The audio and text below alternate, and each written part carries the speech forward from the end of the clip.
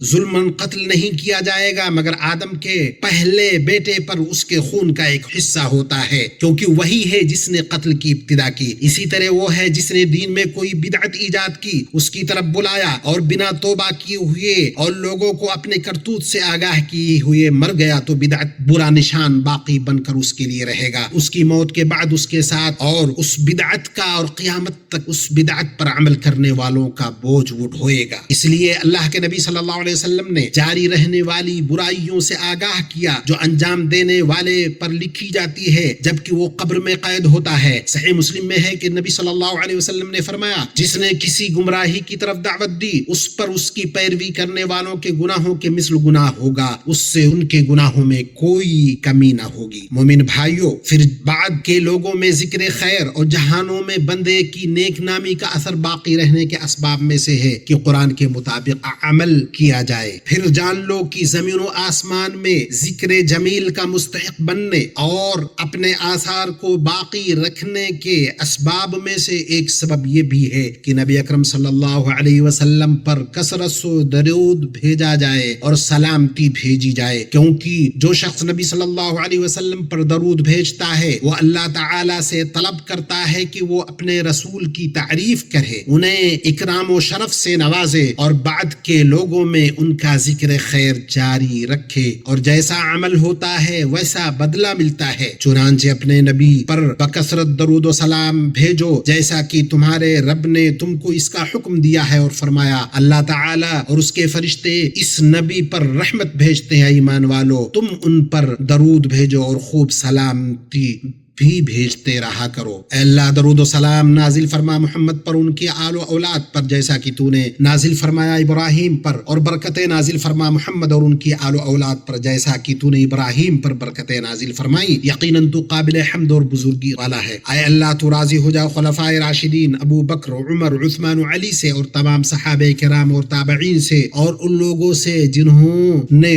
روز جزا تک اچھی طرح سے ان کی پیروی کی، اور ان کے ساتھ ہم سے بھی راضی ہو جا اپنے عفو و کرم اور سخاوت سے اے رحم الراحمین۔ اے اللہ اسلام اور مسلمانوں کو غلبہ عطا کر، اس ملک کو اور مسلمانوں کے بقیہ ملکوں کو پرامن اور پرسکون اور خوشحال بنا۔ اے اللہ ہمیں ہمارے ملکوں میں محفوظ رکھ، ہمارے سربراہوں اور حکمرانوں کی اصلاح فرما۔ اے اللہ ہمارے سربراہ خادم حرمین شریفین کو، ان کے امانت دار ولی عہد کو اور مسلمانوں کے تمام حکمران کو اس بات کی توفیق دے جس میں اسلام کا غلبہ اور مسلمانوں کی درستگی ہو اور اس میں بندوں اور ملکوں کی بھلائی۔ اے اللہ ہمارے مقدسات کی تو حفاظت فرما، اور فلسطین میں ہمارے بھائیوں کی حفاظت فرما، ان کی پریشانیوں کو دور کر دے۔ اے اللہ ان کا حامی و ناصر و معاون و مددگار بن جا۔ اے اللہ پریشان حال مسلمانوں کی پریشانی دور فرما، مصیبت زدوں کی مصیبت دور فرما، قرض داروں کا قرضہ ادا کر دے، ہمارے اور مسلمانوں کے بیماروں کو شفا دے۔ اے اللہ جو ہمارے ساتھ، ہمارے ملکوں، ہمارے امن و امان کے ساتھ برائی کا ارادہ کرے تو اسے اس کے نفس میں الجھا دے، اس کی چال کو اسی پر پلٹ دے، اس کی تدبیر کو اسی کی بربادی بنا دے۔ اے اللہ ہمیں ان لوگوں میں شامل فرما جن کا ذکر پاکیزہ ہو، جن کی سیرت اچھی ہو، جن کا عمل خالص ہو، اور جن کا اجر ان کی زندگی میں اور ان کی موت کے بعد بھی جاری رہے۔ اے اللہ ہمیں شعبان میں برکت عطا فرما، ہمارے لیے شعبان میں برکت عطا فرما، اور رمضان تک ہمیں پہنچا دے، اور اس میں ہم کو صیام و قیام اور نیک اعمال کی توفیق عطا فرما۔ سبحان ربک رب العزة عما يصفون وسلام على المرسلين والحمد لله رب العالمين۔